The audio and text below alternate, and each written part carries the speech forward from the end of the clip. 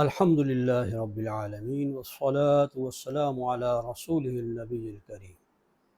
ناظرین کرام، آج ہم سورہ ابراہیم کی آیت نمبر 32 تا 34 کا مطالعہ کریں گے، اور اس میں جو ایک خاص جملہ آیا ہے جس سے ایک سوال پیدا ہوتا ہے اس پر ہم غور کریں گے۔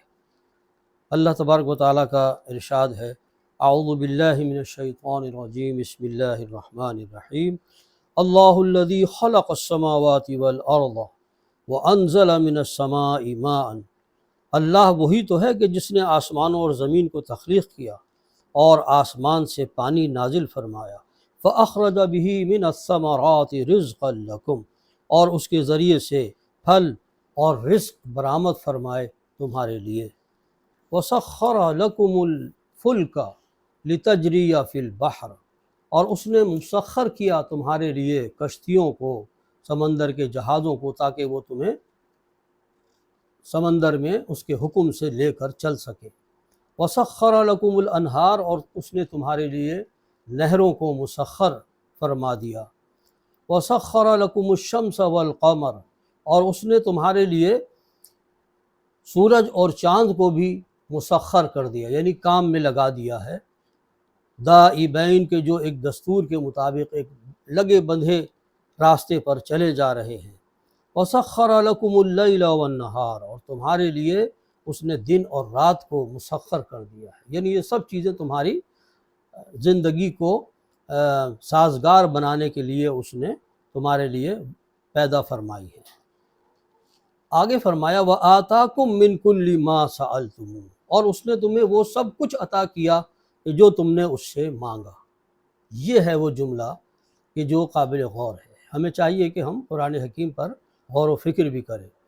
دیکھیے، یہ جو فرمایا گیا کہ اس نے وہ سب کچھ تمہیں عطا کیا جو تم نے اس سے مانگا، اب ایک سوال ذہن میں پیدا ہوتا ہے کہ بسا اوقات ایسا ہوتا ہے کہ ہم دعا کرتے ہیں اور ہمیں وہ چیز حاصل نہیں ہوتی فوری طور پہ، یا بہت ساری تشنا ہماری دعائیں جو ہیں وہ رہ جاتی ہیں۔ تو یہ جو اللہ تعالیٰ نے فرمایا کہ ہم نے تمہیں وہ سب کچھ عطا فرما دیا جس کا تم نے سوال کیا، تو اس سے کیا مطلب ہے؟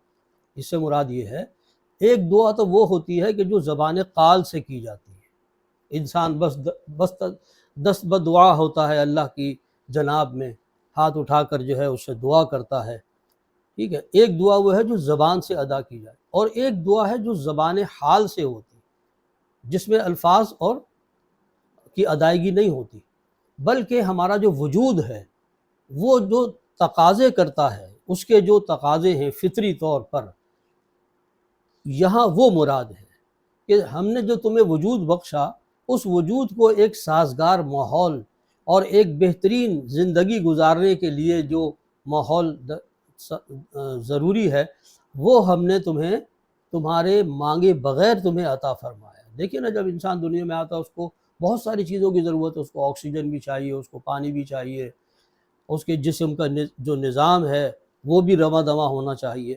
تو کیا یہ سب ہم نے اللہ سے مانگا تھا؟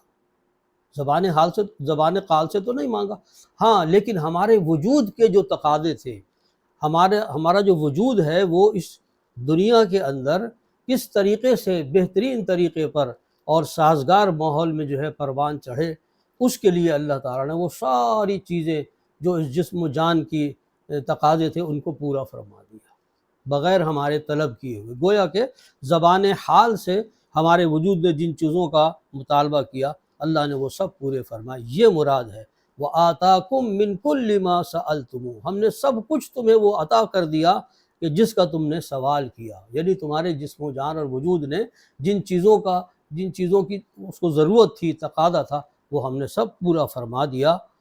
تو اب گویا یہ بات بالکل واضح ہو گئی۔ وَإِن تَعُدُّوا نِعْمَةَ اللَّهِ لَا تُحْصُوهَا، اور اگر تم اللہ کی نعمتوں کو گننا چاہو تو ان کا احاطہ نہیں کر سکو گے۔ إِنَّ الْإِنسَانَ لَظَلُومٌ كَفَّارٌ، بے شک انسان جو ہے وہ بڑا ناانصاف ہے اور ناشکرا ہے۔